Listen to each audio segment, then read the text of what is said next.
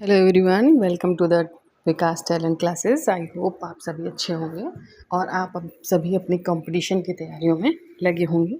जैसे कि उत्तर प्रदेश में आरओ पीसीएस और यूपीपीटी का जो है एग्ज़ामिनेशन के समय भीड़ चल रही है, तो उसी क्रम में जो आपका करंट अफेयर्स है वो हर जगह पूछा जाने वाला और काम आने वाला करंट अफेयर्स है।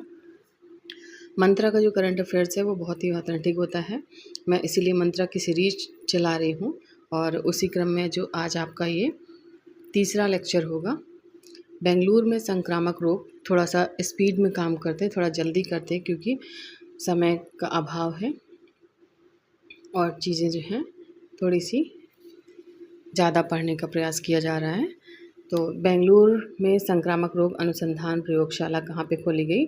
संक्रामक रोग अनुसंधान प्रयोगशाला कहाँ पे खोली गई? बेंगलुरु में Bangalore medical college and research institute BMCRI में दक्षिण भारत की पहली संक्रामक रोग अनुसंधान और निदान प्रयोगशाला IRDL की स्थापना की गई। ICMR और BMCRI को दक्षिण भारत में संक्रामक रोग अनुसंधान और निदान प्रयोगशाला स्थापित करने के लिए चुना गया।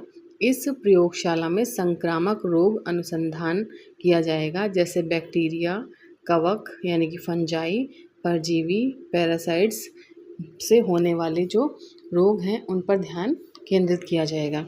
आपसे क्वेश्चन आ सकता है, संक्रामक रोग अनुसंधानशाला कहाँ या फिर दक्षिण भारत की पहली संक्रामक अनुसंधान और निदान प्रयोगशाला कहाँ पर स्थापित की गई? तो ये Bangalore medical college and research institute Bangalore medical college research institute में खोली गई। ठीक है।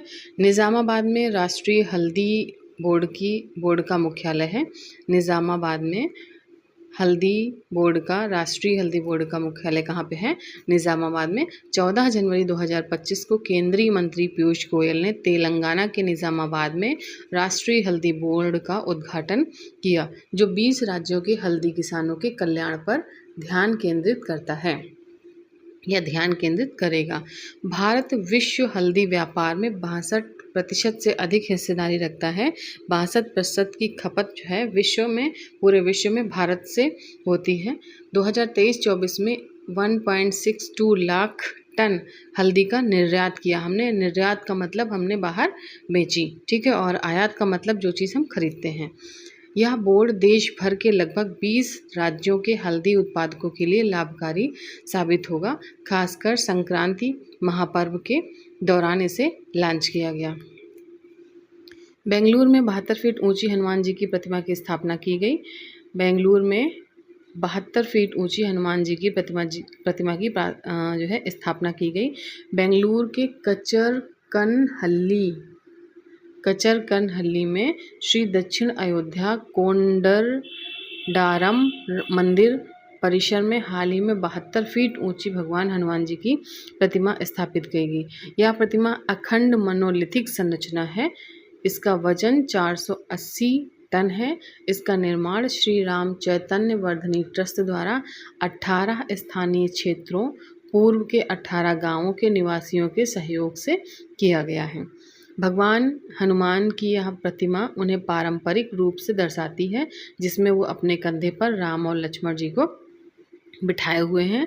इस भव्य प्रतिमा की स्थापना न केवल धार्मिक आस्था बल्कि स्थानीय समुदाय की एकता और सांस्कृतिक विरासत का प्रतीक है। तो बेंगलुरु के कचरकनहल्ली स्थित श्री दक्षिण अयोध्या कोंडडारम गांव राम मंदिर में जो है 72 फीट ऊंची हनुमान जी की प्रतिमा को स्थापित किया गया है।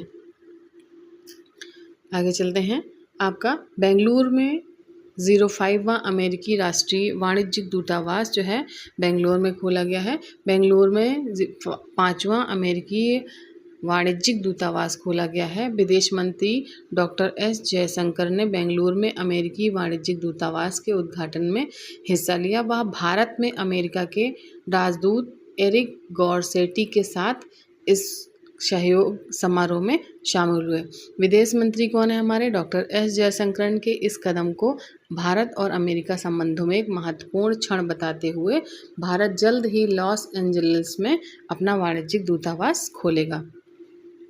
जामनगर में दुनिया का सबसे बड़ा डेटा सेंटर बनाया जा रहा है। जामनगर, जो कि मुकेश अंबानी जी की रिलायंस इंडस्ट्री गुजरात के जामनगर में दुनिया का सबसे बड़ा डेटा सेंटर स्थापित किया जा रहा है। इस परियोजना की अनुमानित लागत $20 से $30 बिलियन तक होगी। ठीक है, ये 3 गीगाबाइट की क्षमता वाला होगा, जो वर्तमान में दुनिया की किसी भी डेटा सेंटर से कहीं अधिक है। यह पूरी तरह से हरित ऊर्जा पर आधारित होगा। ग्रीन सोर्सेबल जो एनर्जी होती है उस पर आधारित होगा, जिससे वह पर्यावरण के प्रति प्रतिबद्धता को दर्शाता है। इस परियोजना में जो तकनीक की भागीदारी नवीडा NVIDA होगा, जो कि नवीनतम ब्लैकवेल AI प्रोसेसर प्रदान करेगा। इस परियोजना का उद्देश्य भारत में कृत्रिम बुद्धिमत्ता यानी AI सुपर कंप्यूटर और विभिन्न भारतीय भाषाओं में प्रशिक्षित बड़े भाषा मॉडल LLM विकसित किए जाएं। इस परियोजना के 2027 तक पूरा होने की उम्मीद है और यह भारत के वैश्विक AI और डेटा प्रोसेसिंग के क्षेत्र में अग्रणीय बनाने की दिशा में एक महत्वपूर्ण कदम है। वेटलैंड शहरों की सूची में उदयपुर और इंदौर। वेटलैंड की सूची में उदयपुर और इंदौर। राजस्थान का उदयपुर और इंदौर मध्य प्रदेश को जो हाल ही में अंतर्राष्ट्रीय स्तर पर वेटलैंड सिटी के रूप में मान्यता दी गई। ये दोनों शहर रामसर कन्वेंशन के तहत इस प्रतिष्ठित सूची में शामिल होने वाले भारत के पहले शहर हैं। वेटलैंड सिटी को मान्यता क्या है? वेटलैंड सिटी का मतलब है कि रामसर कन्वेंशन एक अंतर सरकारी संधि है। रामसर कन्वेंशन एक अंतर सरकारी संधि है जिसका उद्देश्य वेटलैंड आर्द्र भूमियाँ जो होती हैं वेटलैंड का संरक्षण और उनको विवेकपूर्ण उपयोग सुनिश्चित करना। वेटलैंड सिटी मान्यता उन शहरों को दी जाती है जो प्राकृतिक और मानव निर्मित वेटलैंड की संरक्षण, पुनर्स्थापन और सतत उपयोग के लिए उल्लेखनीय प्रयास करते हैं। उदयपुर और इंदौर को मान्यता क्यों मिली उदयपुर को मान्यता? उदयपुर जो है झीलों का शहर कहा जाता है के रूप में प्रसिद्ध उदयपुर के चारों ओर प्रमुख वेटलैंड्स हैं, जैसे पिछोला, फतेह सागर, रंग सागर, स्वरूप सागर और दूध तलाई। ये मोस्ट इंपॉर्टेंट क्वेश्चन है और इसमें से आपको हो सकता है एक झील दे दी जाए, कौन सी नहीं है, क्योंकि करंट का मुद्दा है और इसको उठा करके आप स्टैटिक जीके के साथ में पूछ देते हैं। तो उदयपुर को मान्यता मिली है और इंदौर को मान्यता मिली है। तो उदयपुर में कौन सी झीलें नहीं हैं या इनमें से कोई सी भी झील पूछ दी जाएगी, कौन सी कहाँ पर है। जैसे पिछोला झील कहाँ है? उदयपुर में। फतेह सागर झील उदयपुर में। रंग सागर झील ऊपर उदयपुर में। स्वरूप सागर झील उदयपुर में। और दूध तलाई ये भी कहाँ पे है? उदयपुर में। इन जलाशयों के संरक्षण और सतत प्रबंधन मतलब कंटिन्यू मैनेजमेंट के लिए किए गए प्रयासों के कारण उदयपुर को यह मान्यता प्राप्त हुई है। इंदौर को क्यों मिली यह मान्यता? इंदौर का सिरपुर झील एक महत्वपूर्ण रामसर स्थल है। सिरपुर झील आ सकती है, कहाँ पे है? सिरपुर झील कहाँ पे है? सिरपुर झील इंदौर में। सिरपुर झील एक महत्वपूर्ण रामसर साइट है जो जल पक्षियों के लिए एक प्रमुख आवास है। इस क्षेत्र को पक्षी अभयारण्य के रूप में विकसित किया जा रहा है। इसके संरक्षण में स्थानीय समुदाय की भागीदारी सराहनीय है। हाई स्पीड ट्रेन का प्रोटोटाइप क्या है? CR 450। हाई स्पीड ट्रेन का प्रोटोटाइप CR 450 है। दिसंबर 2024 में चीन ने अपनी नई हाई स्पीड ट्रेन CR 450 का प्रोटोटाइप अनावरण किया। इसकी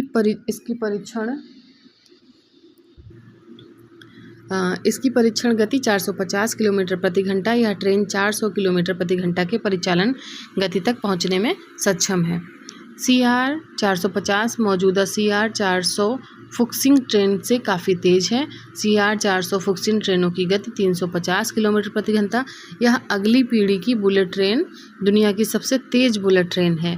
इसे China state railway group company द्वारा विकसित किया गया है। इस ट्रेन की स्पीड, ऊर्जा खपत, आंतरिक शोर, ब्रेकिंग दूरी जैसे फैक्टर्स को काफ़ी बेहतर किया गया है। चीन का HSR high speed rail network दुनिया का सबसे बड़ा नेटवर्क है जो लगभग 47,000 किलोमीटर तक फैला हुआ है। दुनिया के सबसे बड़े उभयचर जहाज सिचुआन, मोस्ट इम्पॉर्टेंट क्वेश्चन है, दुनिया के सबसे बड़े उभयचर जहाज सिचुआन। चीन ने दिसंबर 2024 में सिचुआन नामक टाइप 076 उभयचर हमला जहाज का अनावरण किया, जिसे दुनिया का सबसे बड़ा और अत्याधुनिक एम्फीबियन युद्धपोत माना जा रहा है। प्रमुख विशेषताएं कौन कौन सी हैं? इसका नाम और निर्माण। इस जहाज का नाम चीन के सिचुआन प्रांत के नाम पर रखा गया है। इसका निर्माण संघाई के चांगस्विंग द्वीप स्थित हुडोंग झोंगहुआ शिपयार्ड में किया जा रहा है। विस्थापन इसका सिचुआन का पूर्ण विस्थापन 40,000 टन से अधिक है। इसे भारतीय नौसेना के INA विक्रांता के बराबर माना जा रहा है। प्रौद्योगिकी क्या कह रही है? यह जहाज इलेक्ट्रोमैग्नेटिक एयरक्राफ्ट सिस्टम EMALS से लैस है, जो फिक्स्ड विंग्स एयरक्राफ्ट और ड्रोन्स को लॉन्च करने में सक्षम है। एयर विंग्स हैं। सिचुआन पर मानव रहित हवाई वाहन UAV जैसी स्ट्री अनक्रूड कॉम्पैक्ट एयर व्हील्स तैनात किए गए हैं। रणनीतिक महत्व क्या है? ये मेंस के हिसाब से इम्पॉर्टेंट है आपके लिए। रणनीतिक महत्व: यह जहाज चीन के समुद्री शक्ति को बढ़ाने और क्षेत्रीय प्रभाव को सुदृढ़ करने के लिए महत्वपूर्ण भूमिका निभाता है। सिचुआन का लॉन्च चीन की नौसैनिक क्षमताओं में एक महत्वपूर्ण मील का पत्थर है, जो भविष्य में समुद्री रणनीतियों के लिए महत्वपूर्ण भूमिका निभा सकता है।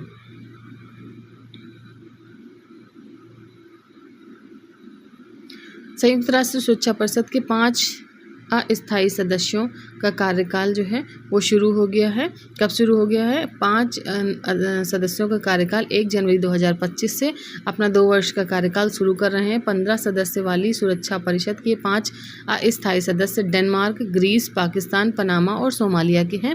इसके साथ ही इक्वाडोर, जापान, माल्टा, मोजाम्बिक और स्विट्जरलैंड 2 वर्ष की अस्थायी सदस्य की अवधि को उनकी अवधि समाप्त हो गई है। इसमें से क्वेश्चन आपका आ सकता है किनकी अवधि समाप्त हो गई है और किनकी नहीं। संयुक्त राष्ट्र सुरक्षा परिषद के 5 अस्थायी सदस्यों का कार्यकाल शुरू हुआ है। किसका किसका कार्यकाल शुरू हुआ है? डेनमार्क का, ग्रीस, पाकिस्तान, पनामा और सोमालिया। संयुक्त राष्ट्र चार्टर के तहत 15 सदस्य देशों वाली सुरक्षा परिषद मुख्य दायित्व अंतर्राष्ट्रीय शांति व सुरक्षा को कायम रखना है और संयुक्त राष्ट्र के सभी सदस्य देशों के लिए अंतर्गत अनुपालन करना है, जिसकी जिम्मेदारी है। इसके 5 सदस्य देश कौन कौन से हैं? संयुक्त राज्य अमेरिका, रूसी महासंघ, फ्रांस, ब्रिटेन और चीन, जिनके पास वीटो अधिकार है। लाशैल खदान परियोजना इम्पॉर्टेंट है। लाशैल खदान परियोजना, लाशैल ओमान के शोहर शहर में लाशैन खदान स्थित है, जिसमें कॉपर का उत्खनन किया गया है। इम्पॉर्टेंट क्वेश्चन है, ये आ सकता है। कॉपर का उत्खनन हाल ही में अभी कहाँ पे किया गया है? लाशैल खदान कहाँ पर है? ओमान में।